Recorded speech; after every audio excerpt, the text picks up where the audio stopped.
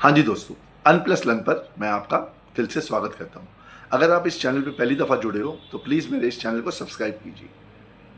तो आज हम बात कर रहे हैं एक ऐसे टॉपिक के बारे में जिसमें आज की तारीख में सबसे ज़्यादा इन्वेस्टमेंट आ रही है।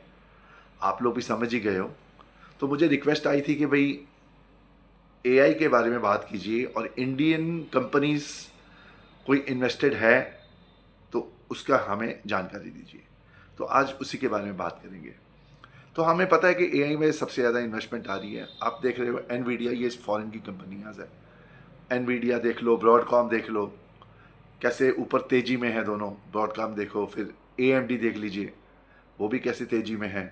टीएसएमसी है, ताइवान की कंपनी, ये भी ऊपर ही है। ये सारे कंपनी जो इंडिया के बाहर है, ये सारे एआई से ही रिलेटेड कंपनी, एआई का ही काम है इनका। तो इंडिया में तो एज सच आप देखोगे तो कोई एआई में कोई काम नहीं हो रहा।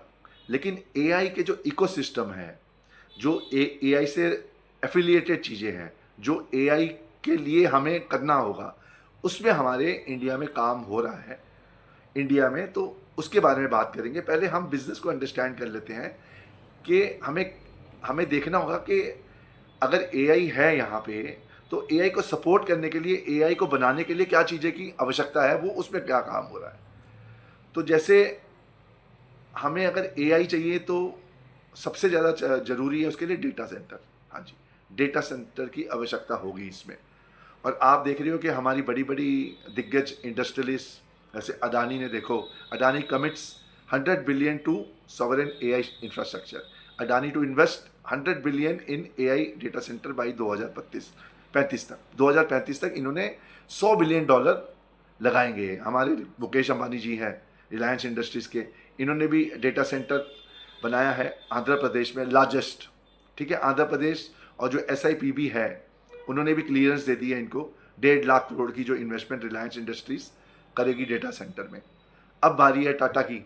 टाटा ने भी 6 से 7 बिलियन डॉलर कमिटमेंट किया 18 से 24 महीने में। पेमेंट जो आ रही है इनकी 18 से 24 महीने में, मतलब जो स्टार्ट होने के बाद।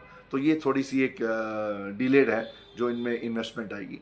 लेकिन ओवरऑल इन्वेस्टमेंट ये सारे कर रहे हैं हमारे इंडिया में। तो अब जब ये आ गई तो फिर हमें, जब डेटा सेंटर आ गए तो उसमें हमें केबलिंग का भी देखनी होगी, क्योंकि केबल के बिना, लाइनिंग के बिना तो कुछ काम चलेगा नहीं। तो जैसे पॉलीकैब हो गई, केया इंडस्ट्रीज़ हो गई, फिनोलेक्स हो गई, स्टरलाइट इंडस्ट्रीज़ हो गई, एचपीसीएल, ये तो मैंने आपको शॉर्टलिस्ट की है, और बहुत सारी कंपनी है। अब जैसे आप स्टरलाइट टेक्नोलॉजी को देख लो। Sterlite technology secured a massive 1.11 billion crore में डॉलर। तो इसका मतलब है तकरीबन 10,500 का करोड़ का इनको ऑर्डर मिला। मल्टी ईयर एग्रीमेंट फिर इंटरनेशनल हाइपर स्केल पार्टनर। और जैसे इनको ऑर्डर मिला, आप देखो शेयर बिल्कुल रॉकेट बन चुका है। और अब एच एफ सी एल की बात कर लीजिए, इनको भी ऑर्डर मिला 183.95 करोड़ का, 184 के आसपास ही करोड़ का ऑर्डर। तो ये भी देखो आप, कंपनी बिल्कुल रॉकेट बन गई। तो ये सारे बिजनेस हैं जो हमें, जो उसके साथ में जुड़े हुए हैं, हमें देखना होगा, इन बिजनेस को स्टडी करना होगा। अब हम देखेंगे, अगर ये हमारी पहले डेटा सेंटर आ गई तो उसके लिए केबलिंग की चाहिए, वो भी आ गई। अब हमें क्योंकि जो कंप्यूटर का काम होते हैं, इसमें जब आपने देखा होगा, अगर कोई भी कंप्यूटर रूम में गए होगे, कहीं पे भी कंप्यूटर पढ़ोगे, आपने देखा होगा बड़ी कूलिंग चाहिए उनको, क्योंकि हीट बहुत जनरेट होती है उसमें, कंप्यूटर के काम में। अब जब इसमें इतनी हीट जनरेट होती है तो सोचो कि डेटा सेंटर में कितनी हीट जनरेट होती होगी।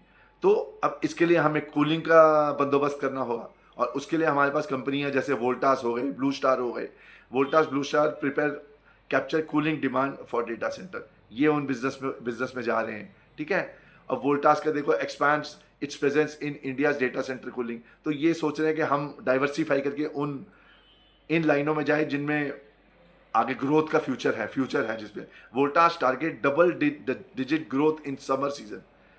एसी में तो इन्होंने डबल डिजिट का जो ग्रोथ का इन्होंने टारगेट कर रखा है, लेकिन AI's data center project as emerging opportunity.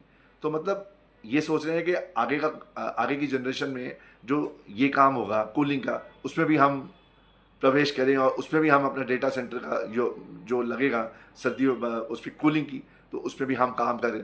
तो ये सब बेसिकली अपॉर्चुनिटी ढूंढ रहे हैं बिजनेस की, जहाँ पे ग्रोथ है। डेटा सेंटर, ब्लू स्टार का भी देखो, इनका भी ऑफिस खुला हुआ है हैदराबाद में। और अगर हम ये दोनों कंपनियों को छोड़ के कहीं और भी कंपनी देखते हैं, तो E2E नेटवर्क है। अब E2E नेटवर्क इन्होंने नेटवर्क के साथ करार किया, और जैसे ही इन्होंने नेटवर्क के साथ करार किया, इनका 20% का सर्किट लग गया था। Share soars up to 20% after collaboration with chip giant, जो है अपना क्या कहते हैं ये नेट एनवीडिया के साथ इनका जो करार हुआ है, ठीक है। अब एक और कंपनी ले लो आप, black box ice $2 billion revenue in 4 years in raising AI data centre. तो मोटा मोटी बात ये है कि हमें अब बिजनेस AI में तो हमारा डायरेक्ट कोई एंट्री है नहीं, लेकिन उसके साथ में जो जुड़ी हुई चीज़ें हैं, जैसे अगर कोई गाड़ी बनती है, जैसे समझ लो टोयोटा की कोई गाड़ी देख लो या मारुति की गाड़ी देख लो, स्टीयरिंग कोई और बनाता है, सीट कवर कोई और बनाता है, इंजन कोई और बनाता है, क्लच कोई और बनाता है, ब्रेक कोई और बनाता है, लाइटें कोई और बनाता है। तो ये सारा मिल मिला के गाड़ी बन जाती है, असेंबल हो जाती है। वही वाला हिसाब है। तो हमें डायरेक्ट AI नहीं तो फिर कोई नहीं, इसमें भी हमें बिजनेस अपॉर्चुनिटी है। जैसे एल एन टी का तो पता ही है आपको, हर जगह ही मौजूद है वो। CG पावर कितनी बढ़िया कंपनी है। CG पावर ने को अभी 900 करोड़ का ऑर्डर मिला था US डेटा सेंटर से, तो वो भी बहुत अच्छी कंपनी है, ठीक है। तो ऐसी जो कंपनियां जो मैंने आपको बताई हैं, इनमें से आपको स्टडी करना होगा और आपको देखना होगा कि कौन सी कंपनी में आपने पैसा डालना है, क्योंकि हर बंदा सारी कंपनी में पैसा तो कोई डाल नहीं सकता। अगर आप मुझसे पूछते हो कि सर हमें कोई ऐसी कंपनी बता दो कि जिसमें रातों रात हम पैसा डालें और लॉटरी लग जाए, ऐसा होता तो सबसे पहले मैं ही उस कंपनी में पैसा डाल देता। तो मैं तो कोई भगवान हूँ नहीं, ना ही कोई इस दुनिया में कोई आया है कोई जो बता दे कि इस कंपनी में डाल दो पैसा, और फिर ये तो फिर मामला तो इनसाइडर ट्रेडिंग का हो जाएगा भाई। ये तो इनसाइडर ट्रेडिंग का मामला, मतलब गैर कानूनी काम हो जाएगा ये तो, और ना ही किसी को पता चल सकता है। तो ये हमें स्टडी करनी होगी, और फिर हमें इसमें इन्वेस्टमेंट करनी होगी, फिर तब जाके रिजल्ट हमें मिलेंगे। तो मेरा काम है आपको शेयर्स बता देना, फ्यूचर बता देना, बिजनेस बता देना, क्योंकि मेरा एजुकेशनल चैनल है, तो मैं आपको ये सब चीज़ें प्रोवाइड कर रहा हूँ। तो लेकिन स्टडी आपने करना, क्योंकि पैसा आपका है, तो डिसीजन भी आपकी होगी। आप बैलेंस शीट स्टडी करो इन शेयर्स के बारे में जो मैंने बताया है, क्योंकि ये फॉरवर्ड बिजनेस है, आगे का बिजनेस यही है। तो इसी के साथ मैं अपनी वाणी को विराम देता हूँ। I hope all of you are doing well. चलो अब थैंक यू सो मच, धन्यवाद।